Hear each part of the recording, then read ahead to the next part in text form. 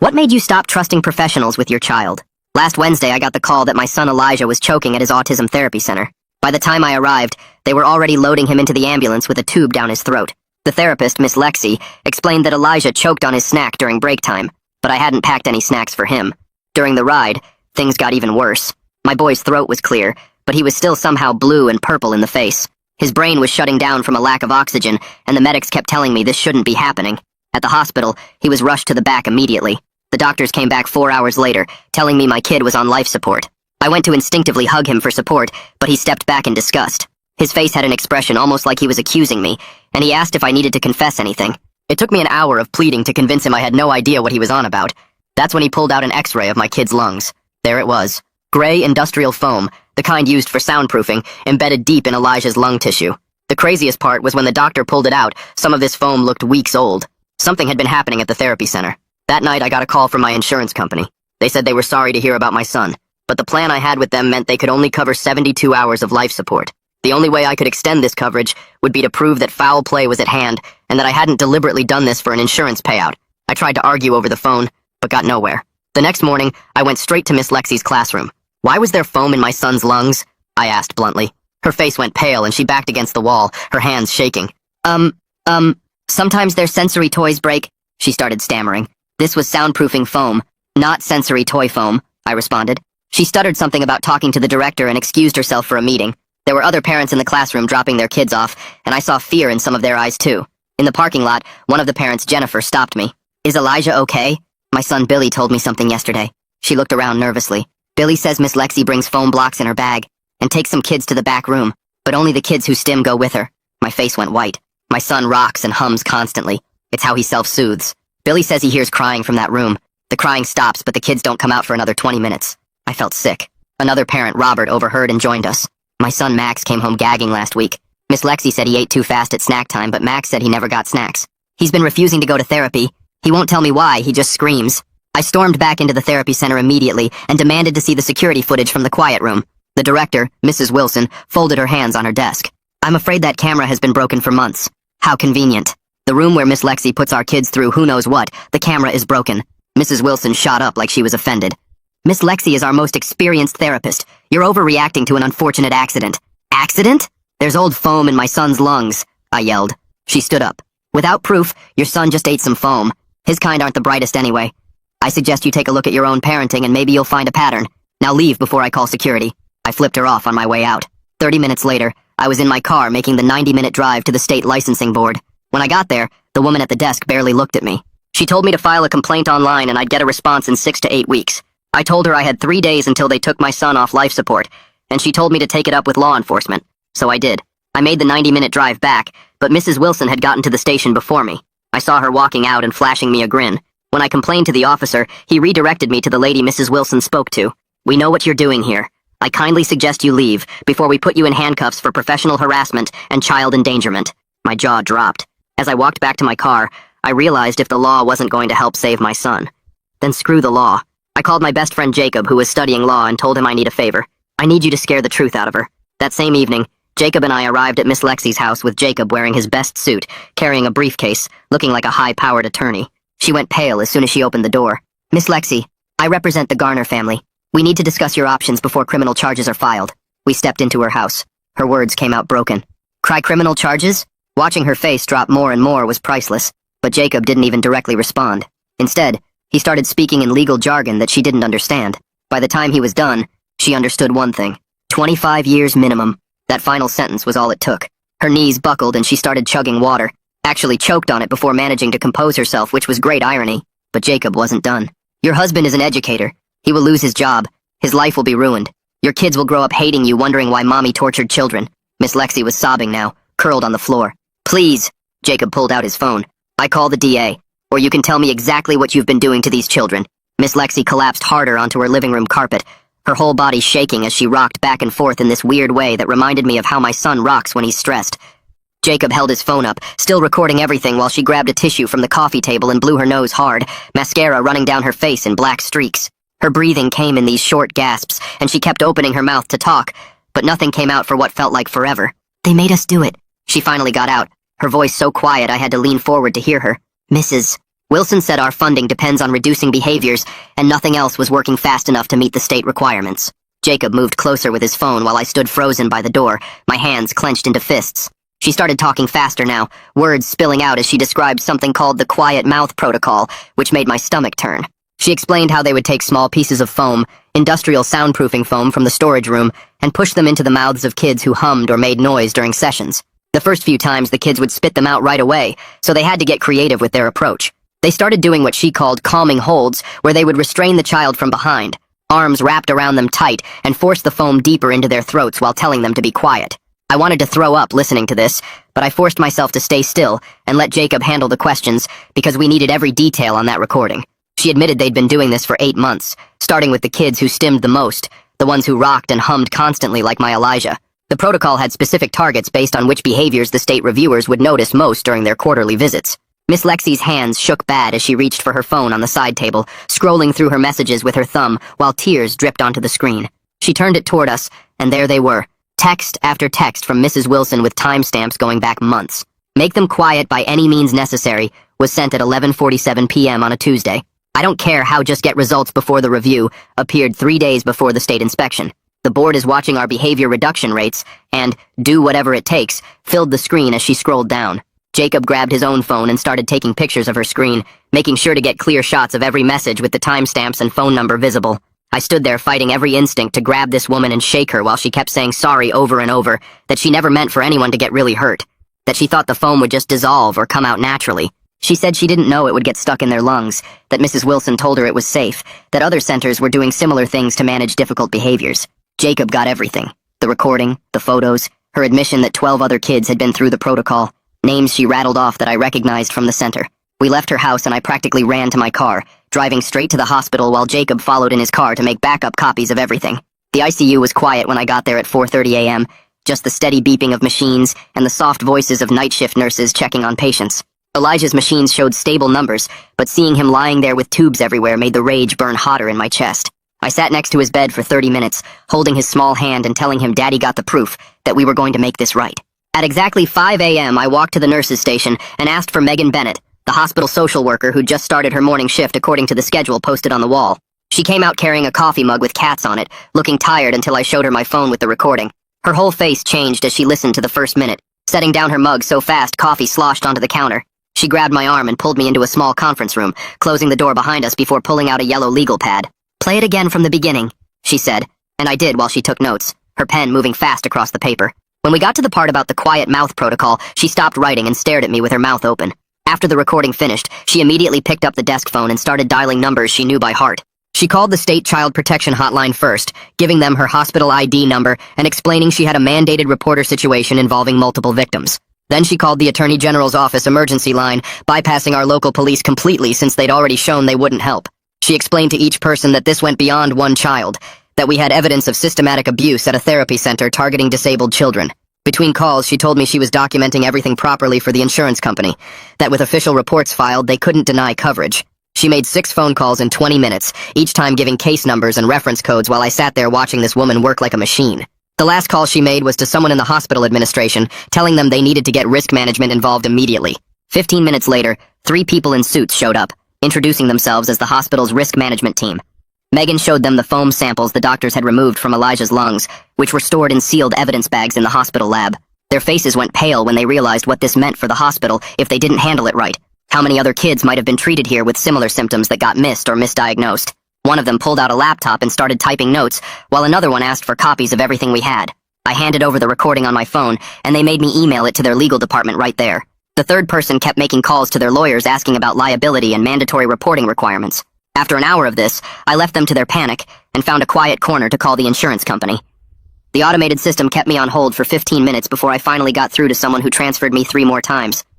Finally, a woman named Gabriella Singer picked up, and I explained about the recording and the confession we got from Miss Lexi. She typed loudly on her keyboard while I talked, then put me on hold for another 20 minutes without warning. When she came back, her voice was flat and professional. "We need official documentation from authorities, not just a recording." I wanted to throw my phone at the wall, but instead I asked Megan for help finding a specialist. She pulled up a list on her computer and started calling pulmonologists while I sat there watching the clock tick down on my son's coverage.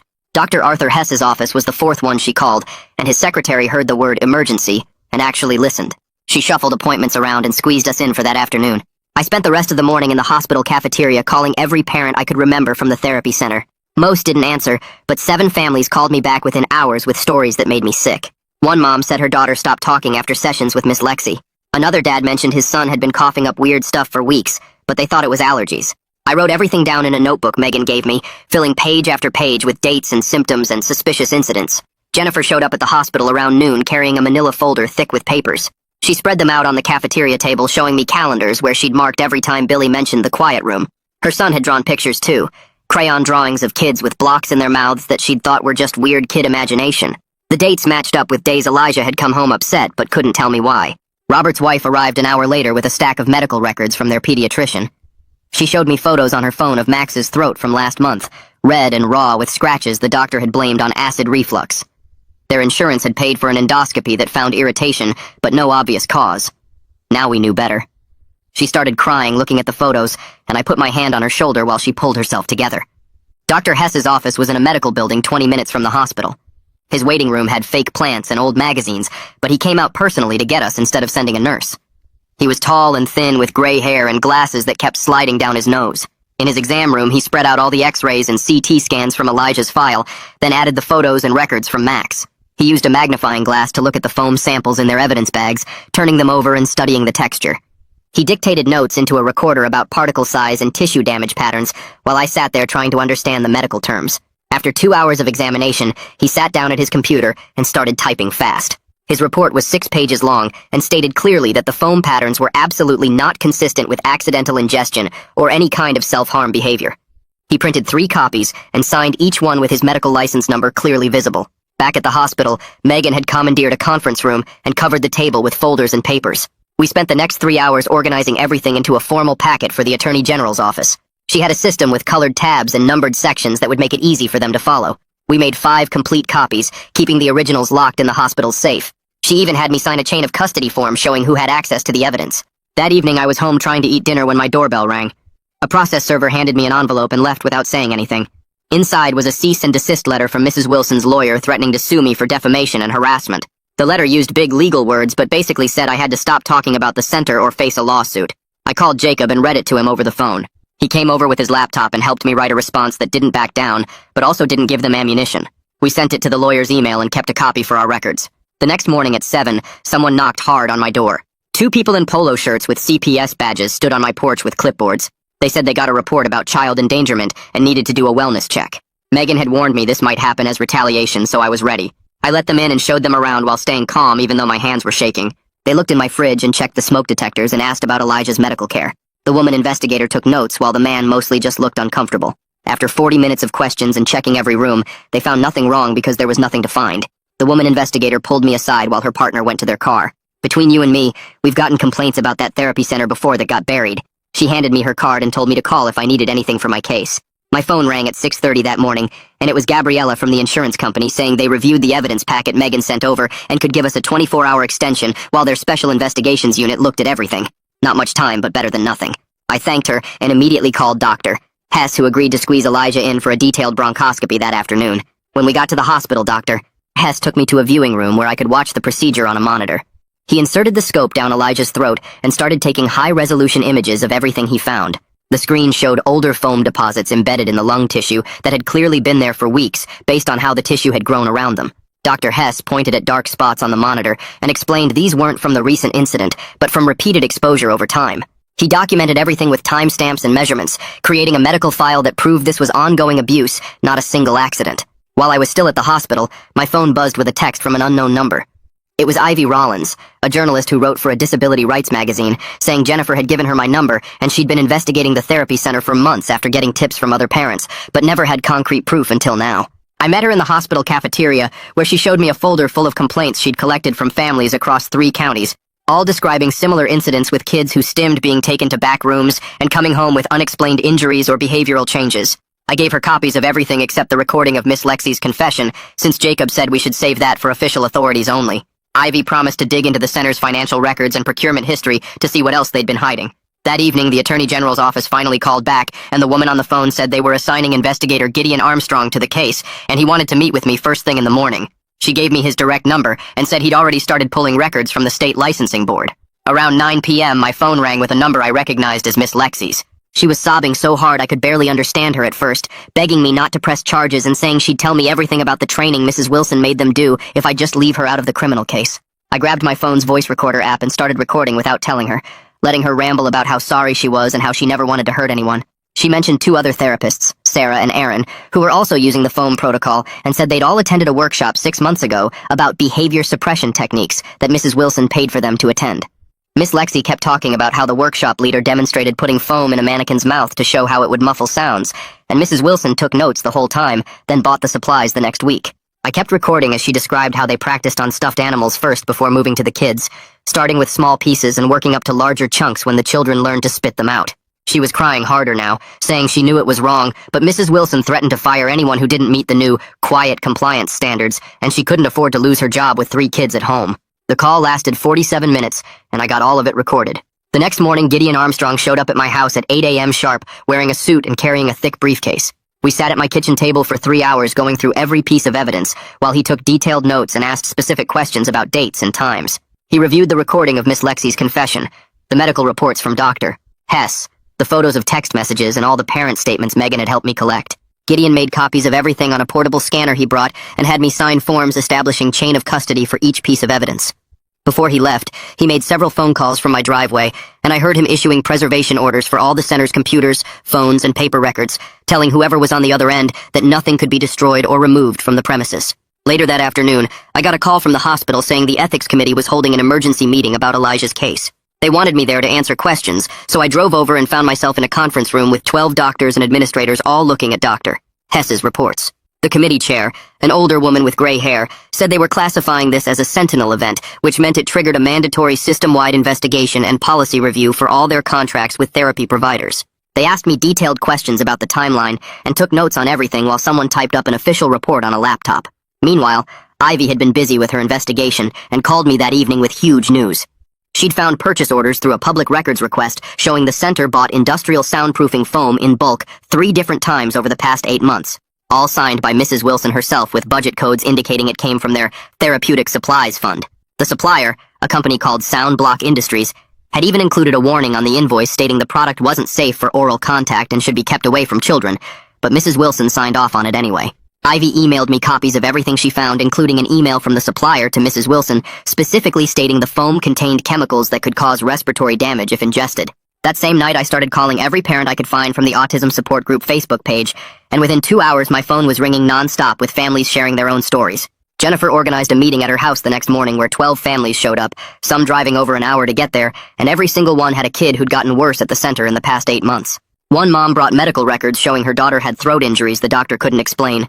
Another dad had videos of his son gagging and choking at home after therapy sessions, and 3 families had kids who'd stopped talking completely after being verbal before starting at the center. We made a spreadsheet with dates and symptoms, and patterns started jumping out immediately, like how all the affected kids were the ones who stimmed the most, and how the problem started right after the center bought that first batch of foam. I called Gabriella at the insurance company first thing Monday morning and told her about the 12 families and Gideon's investigation, and she put me on hold for almost 40 minutes before coming back to say they'd approved another week of coverage since there was now an official case number from the AG's office. The insurance company's special investigations unit was getting involved too, because this was looking like massive fraud on top of everything else, and Gabriella said they'd be sending their own investigators to review all the medical claims from families at the center. That afternoon, Mrs. Wilson posted on the center's Facebook page, calling us hysterical parents looking for attention and blaming our kids' problems on bad parenting and vaccines and everything except what her staff had been doing. The comments section went crazy within minutes, with parents posting photos of medical records and x-rays and demanding answers, and someone even posted screenshots of Mrs. Wilson's deleted posts from months ago, where she'd bragged about their new behavior reduction success rates. Jacob came over that evening with his laptop and helped me put together a formal complaint for the state licensing board with all our evidence organized into sections with tabs and everything, including Ivy's purchase orders and the supplier warnings and statements from all 12 families. He uploaded everything to their portal and also mailed physical copies by certified mail because he said government agencies sometimes lose digital files when they don't want to deal with something, but they can't ignore certified mail without legal problems. 3 days later, I was at the hospital with Elijah when Jennifer called to say state investigators were at the center with a search warrant and parents were being turned away at the door. She was parked across the street taking photos as investigators carried out boxes of files and computers and even pulled foam blocks from a locked supply closet that Mrs. Wilson had claimed didn't exist. The investigators also found a binder labeled Quiet Mouth Protocol with detailed instructions on how to use foam to stop vocal stimming, complete with diagrams showing proper insertion angles and hold positions to prevent spitting out. Jennifer sent me photos of everything as investigators loaded it into evidence vans, and I forwarded them straight to Gabriella and Gideon and anyone else who might help keep my son alive.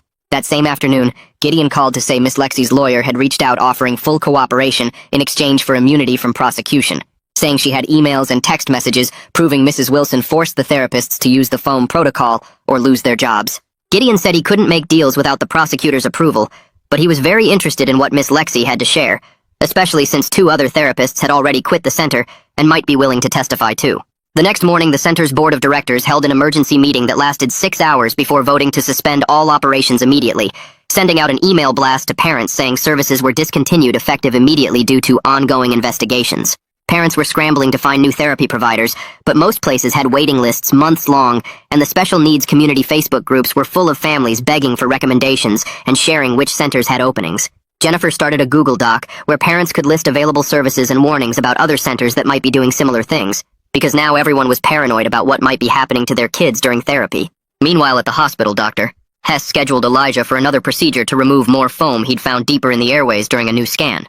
The procedure took 3 hours with Dr. Hess carefully extracting foam pieces that had been pushed so far down they'd formed pockets of infection, and when he came out, he showed me a jar with gray foam chunks covered in pus and blood. Elijah's oxygen levels went up slightly after the procedure, but he was still on life support because his body was too weak to breathe on its own, though Dr. Hess said removing the infected tissue might help his lungs start healing faster. 2 days after that, I was in Elijah's room when Gideon called to say they'd arrested Mrs. Wilson that morning on charges of endangering children and tampering with evidence. She'd tried to delete emails and destroy documents even after the preservation order, which added obstruction charges to everything else, and the judge set bail at $50,000 with conditions including staying away from any facility serving minors. Mrs. Wilson posted bail that same day, using her house as collateral, but the news was already spreading through parent networks, and her photo was shared everywhere with warnings to keep her away from kids. Gabriella called that afternoon with the best news I'd gotten since this nightmare started, saying the insurance company approved continued coverage indefinitely while criminal proceedings were active since this was now documented as assault rather than a medical condition.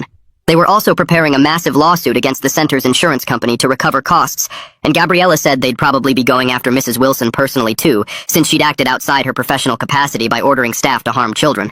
2 weeks crawled by with me basically living in that ICU room, and I was talking to Elijah about everything and nothing when I felt it. His fingers squeezing mine just barely, but it was there. The nurse rushed over when I yelled and confirmed his reflexes were coming back, though she kept saying stuff about not getting too hopeful yet, which I ignored completely. That same afternoon, Gideon called saying Miss Lexi took a plea deal for lesser charges if she'd testify, and she'd already handed over emails where Mrs. Wilson literally wrote things like, meet behavior reduction quotas or find another job, which made me want to throw my phone. The lawyer handling her case sent copies to our attorney who said this was exactly what we needed for the lawsuit, especially the part where Wilson threatened to fire anyone who didn't get results fast enough. Meanwhile, Ivy's articles were blowing up online, and the state announced they were reviewing every single autism center in the region after she found similar complaints at 3 other places nobody had connected before. The review board sent inspectors everywhere, and parents were posting photos of them showing up unannounced at centers, clipboards out, asking kids questions, which should have been happening all along.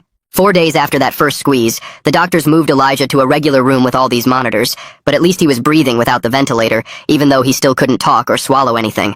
I spent hours just watching him breathe on his own, counting each breath like it was a miracle, which I guess it was considering what those monsters did to him. The feeding tube looked awful, but the nurses taught me how to use it and clean around it while Elijah just watched me with these big eyes that broke my heart every time. Our lawyer filed the class action that week with 23 families signed on, going after both the center and their insurance company for not investigating previous complaints that parents had apparently been filing for months. The insurance company tried to get dismissed from the suit, but the judge shut that down fast when our lawyer showed they'd gotten multiple reports about kids getting hurt at that specific center. 3 months after this whole nightmare started, Mrs. Wilson's trial began, and I sat in that courtroom watching Miss Lexi take the stand in her cheap gray suit, looking like she hadn't slept in weeks. She told the jury everything about their training sessions, where they were taught that stimming was basically defiance, and they had to stop it no matter what to help the kids be normal, which made several parents in the gallery start crying. The prosecutor had her read from the training manual they'd found during the raid, actual printed instructions about using physical intervention to stop disruptive behaviors, with foam specifically mentioned as an option. Another therapist testified the next day about how she'd quit 6 months ago after refusing to participate, but Wilson had threatened to blacklist her from working anywhere in the state if she reported anything. She'd kept recordings of Wilson screaming at staff meetings about quotas and threatening to fire anyone whose kids were still stimming after a month of treatment, playing them right there in court. The jury took 4 hours to find Wilson guilty on everything, and the judge gave her 5 years, plus she can never work with kids or disabled people again, which still didn't feel like enough, but at least it was something. 2 weeks after the verdict, I finally brought Elijah home with his feeding tube and this whole schedule of therapies and medications that took up half our kitchen counter. He was so delayed from everything that happened, but he was alive and home, and that's all that mattered, even though I had to quit my job to take care of him full-time. The center's building went up for sale immediately to pay all the lawsuit settlements, and this group of autism parents bought it to start a non-profit with cameras in every room and parents allowed to observe any session they wanted. They painted over everything and put up this big sign about acceptance and neurodiversity, and Jennifer from the parking lot that first day ended up running the whole thing with actual autistic adults helping design the programs. 6 months went by, and Miss Lexi got out of jail early for good behavior, and the letter she sent me sat on my kitchen counter for 3 days before I could even open it. The envelope had this shaky handwriting, and when I finally read it, she wrote about how sorry she was, and how she never meant for things to go so far. But sorry doesn't bring back the months of hell we went through.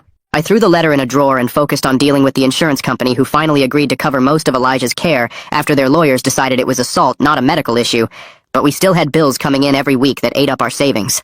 The speech therapist alone cost $200 a session, and Elijah needed 3 sessions a week plus occupational therapy and feeding therapy and special equipment for his room.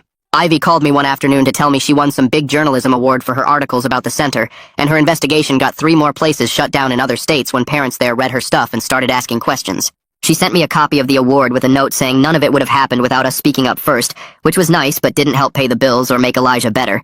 Gideon got promoted to head of some new task force for investigating abuse in disability services, and he called to thank me for bringing the case to him because it changed his whole career path. He said they were already looking into 20 other facilities and finding problems at half of them, which made me sick thinking about all those other kids going through what Elijah did. The state legislature passed something they called Elijah's Law, requiring cameras in every therapy room and surprise inspections, and parents getting footage within a day if they ask for it. The governor signed it at this big ceremony and invited us, but Elijah was having a bad day with his feeding tube, so we watched it on TV instead, while the nurse adjusted his medications. Jacob graduated from law school that spring and told me he was going to specialize in disability rights because our case showed him where he could actually help people instead of just making money doing corporate stuff. He set up his practice in the same building where the old therapy center used to be, which felt like some kind of justice, even though nothing could undo what happened. Almost a year after everything started, I was helping Elijah with his morning routine when he looked right at me and said, "Dad," clear as anything, and I just stood there frozen because the doctor said he might never talk again. His special education teacher had been working with him every day using picture cards and sign language, but hearing his voice again made me cry right there in his classroom. The aide they assigned him actually understood autism and didn't try to stop him from rocking or humming because she said that's how he processes the world, and there's nothing wrong with that. Our parent group became an official nonprofit organization with Jennifer as president, and we started reviewing therapy centers and putting together warning signs for other families to watch for. We made this whole checklist of red flags like broken cameras and staff who won't let parents observe, and kids coming home with unexplained injuries or behavior changes. Robert's family moved to another state for a fresh start, but he still helps run our online support group and shares resources about trauma therapy for kids who went through similar stuff. Dr. Hess published this big medical paper about how to tell the difference between kids accidentally eating foam and someone forcing it down their throats, and now emergency rooms have to learn about it in their training.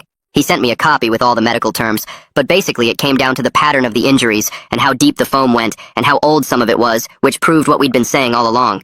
Megan got recognized by the state social work board for how she handled everything, and now she travels around training other social workers about spotting institutional abuse. She told me she uses Elijah's case in every presentation to show how one person speaking up can save other kids, even when the system tries to shut them down. The old therapy center building sold for way less than it was worth because nobody wanted to be associated with what happened there, but at least the money went to the families who sued.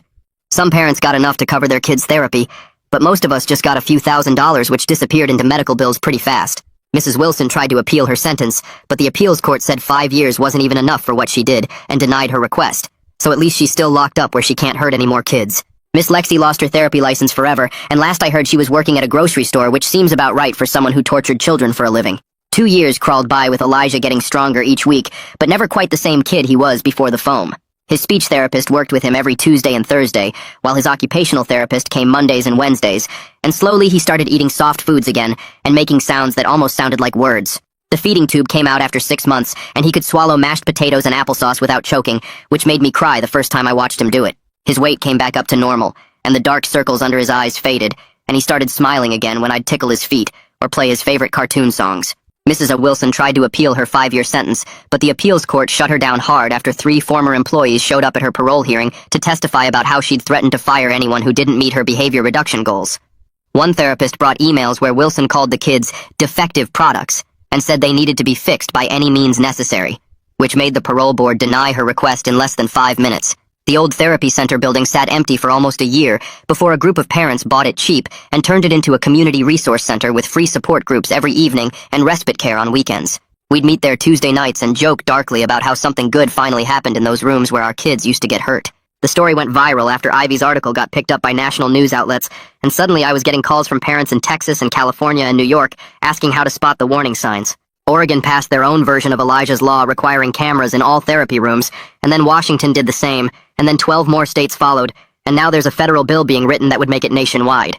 Jennifer brought Billy over for playdates, and at first the boys just sat near each other, not really playing, but after a few months, Billy started showing Elijah how to stack blocks, and Elijah would hum while Billy talked about trains. They understood each other in this quiet way that other kids didn't get, and Billy never once tried to stop Elijah from rocking or flapping his hands when he got excited. Robert sent me pictures from their new house in Colorado, where Max was working with a therapist who actually celebrated when he stimmed because she said it meant he felt safe enough to be himself. Max had started using an AAC device to communicate and told his parents he loved them for the first time in 2 years, which Robert said made his wife sob for an hour straight. The spring concert at Elijah's new school came around, and they gave him the triangle to play in the band, which seemed perfect since he could rock and hum while he played it. I sat in the 3rd row watching him up there in his little bow tie swaying back and forth while the other kids played their recorders and xylophones, and nobody tried to make him sit still or be quiet. His aide stood nearby but didn't touch him or redirect him because this school understood that stimming wasn't something to fix, but just part of who he was. The music teacher even smiled when Elijah started humming along with the melody because she said it showed he was really feeling the music. After the concert, we went for ice cream, and Elijah ate his chocolate cone so carefully like he was afraid it might hurt him, but then he smiled with chocolate all over his face. That night, I tucked him into his dinosaur sheets and pulled his weighted blanket up to his chin the way he liked it. He grabbed my hand when I turned to leave and pulled me back down to his level and wrapped his skinny arms around my neck. "Love you, Dad," he said, clear as day, like he'd been practicing it for weeks. My throat got tight, and I hugged him back gentle so I wouldn't scare him, and told him I loved him too more than all the stars in the sky. We've both got scars from what happened at that center with him carrying the physical ones in his lungs that still make him cough sometimes, and me carrying the guilt that I didn't see it sooner. But we're here, and we're fighting, and we made it through. And that's what matters most. Every night when I check on him before I go to bed, I watch his chest rise and fall without any tubes or machines, and remember when I thought I'd never get to bring him home again. The other parents from our support group are all at different stages of healing, with some kids doing great and others still struggling, but we all know we're not alone anymore. The laws we fought for won't bring back the months or years our kids lost, but maybe they'll stop this from happening to other families, and that has to count for something. Thanks for riding along with me through all those twists and turns.